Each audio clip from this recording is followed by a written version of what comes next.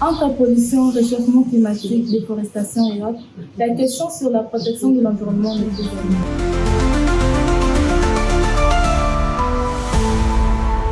Bonjour à tous et à toutes, je suis Abigail Moutoubé et bienvenue sur ce podcast dédié à la sensibilisation et la protection environnementale. Aujourd'hui, nous abordons le sujet de l'importance de la protection environnementale avec M. Joseph Bourgois, membre de la société civile. Bonjour M. Joseph. Bonjour. Je vous laisse vous présenter.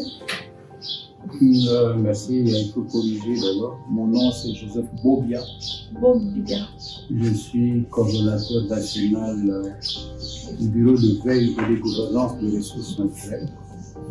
Et je suis porte-parole du réseau environnement et droits humains et ancien coordonnateur national du réseau de ressources naturelles.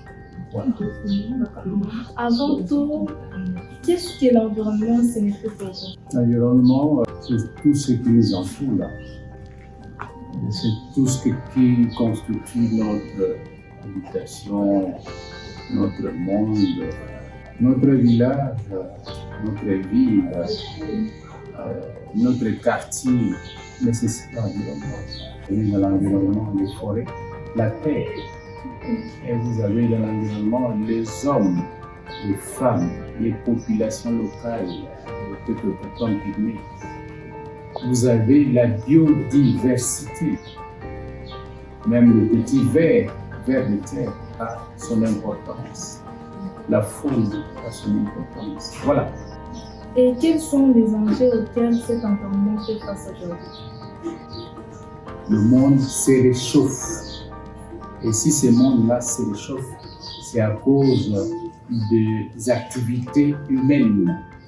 Les activités industrielles, les activités artisanales, les activités des personnes humaines. Donc le réchauffement climatique est un enjeu principal qui détruit l'environnement. Il n'est pas le seul principal. Je crois avoir dit que c'est lié aux activités humaines. Et ces activités humaines font en sorte qu'on atteigne ces réchauffements climatiques. Il y a tout ce qu'il y a comme exploitation des ressources naturelles. D'accord. Tout ce qu'il y a comme exploitation des ressources. Peut-on parler de développement sans environnement? L'environnement est un tout. Le développement durable ne peut pas se développer ou se programmer sans environnement. L'environnement est un tout. Et prenons l'exemple des forêts congolaises. Comment est-ce qu'elles contribuent ou participent à la protection environnementale mondiale? Oui, bien sûr, nous avons une grande forêt. Nous avons la superficie la plus grande en Afrique centrale ou aussi en Afrique.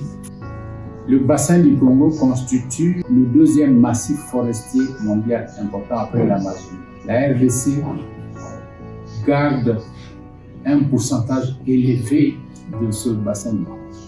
C'est pour vous dire que nos forêts sont importantes et nous devons les protéger pour contribuer à la lutte contre le réchauffement climatique.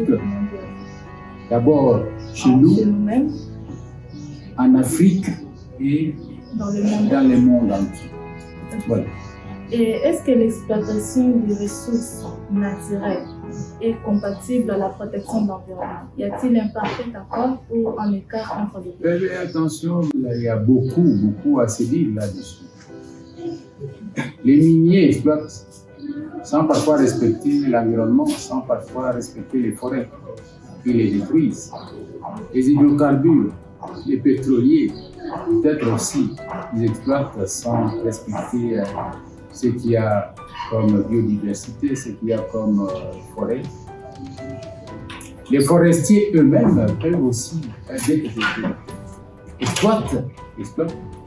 Par exemple, aujourd'hui, il y a une exploitation forestière artisanale et qui est illégale et qui détruit et qui prend des allures d'une exploitation industrielle. Alors ça, c'est une destruction. Ce n'est plus une exploitation, mais c'est une destruction méchante. Et là, on est en train de détruire les couverts forestiers de la RDC. Or, nous disons RDC, pays solution. Moi, je me dis pays solution, mais il faut du temps, il faut des résultats. On ne peut pas à tout moment se dire pays solution, pays solution, sans qu'il y ait de preuves, de bons résultats qui viendraient travailler dans le sens du développement de communautés locales et peuples autochtones. Pays solution, c'est juste pour tendre la main et recevoir de l'argent de l'extérieur. Mais on reçoit de l'argent de l'extérieur. Il faut de l'autre côté songer à constituer des éléments pour le développement de communautés locales et de peuples autochtones. S'il faut lutter contre le réchauffement climatique, il y a deux objectifs principaux. On protège, mais de l'autre côté, il faut des actions qui amèneraient que les communautés locales, les peuples autochtones, soient bénéficiaires de ces contributions qui arrivent. Mais non, on nous dit pays solution, mais les communautés locales et peuples autochtones sont toujours à ce niveau-là de pauvreté. Ok, et comment est-ce que cette exploitation peut contribuer aux communautés locales? L'exploitation des ressources naturelles peut bien contribuer au développement des communautés locales et des peuples autochtones publics, si et seulement si les développer en suivant, en respectant les normes. Je prends un exemple. L'exploitation minière.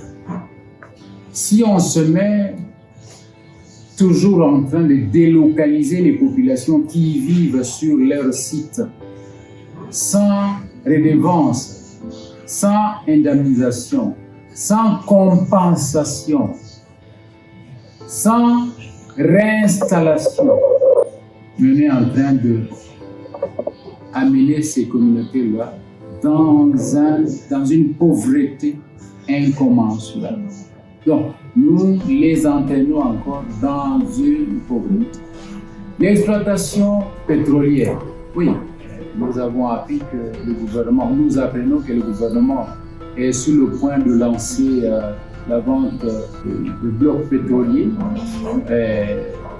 même dans les espaces où il y a des forêts, dans les espaces où il y a les parcs, les réserves. Bon, on se dit, oui, c'est bien beau si le gouvernement tient à se faire de l'argent. Mais attention, posons-nous la question, avec l'argent récolté, l'argent perçu du côté minier, est-ce qu'il y a un développement constaté? Bon, il faut actionner le secteur des hydrocarbures, oui, ça vaut la peine, le secteur pétrolier. Mais attention, tout ça, est-ce qu'il faut seulement se faire de l'argent pour arriver à bien conduire ce qui est le développement des communautés locales et de peuples autochtones? Mais il faut savoir que l'exploitation du pétrole a de conséquences néfastes qui peuvent rentrer sur le développement des populations jusqu'à bouffer l'argent généré par le pétrole, et au point que vous n'arriverez même pas à vraiment contenir ces effets néfastes. Et pour finir, quel comportement recommandez-vous à ceux qui nous suivent? Un comportement, bon, si nous parlons de réchauffement climatique, comme vous l'avez introduit au départ, je me dis, c'est tout le monde qui doit contribuer, c'est tout le monde qui doit faire un effort. Un effort dans le sens de 1. Arriver à gérer vos déchets aussi. Il faut bien considérer l'arbre. L'arbre a sa raison d'être. La forêt a sa raison d'être. Il ne faut pas couper la forêt. Il ne faut pas couper l'arbre n'importe comment.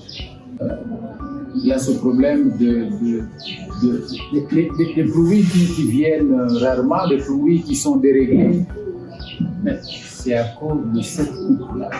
Voilà pourquoi je me dis, chacun doit au moins faire un effort pour lutter contre les réchauffements climatiques. Alors, ces efforts-là, c'est entre autres. Savoir comment gérer nos déchets, savoir comment protéger les forêts, les quelques forêts qui nous restent. Attention, l'arbre a sa raison d'être. Il ne faut pas le couper à tout moment parce que l'arbre nous donne ce que nous avons besoin comme êtres humains. Merci beaucoup, M. Odia. Salut. Merci à vous de nous avoir suivis. On prend rendez-vous pour un prochain épisode de Yoka Nature. De nous partager, commenter, donner vos avis et n'oubliez pas de vous abonner.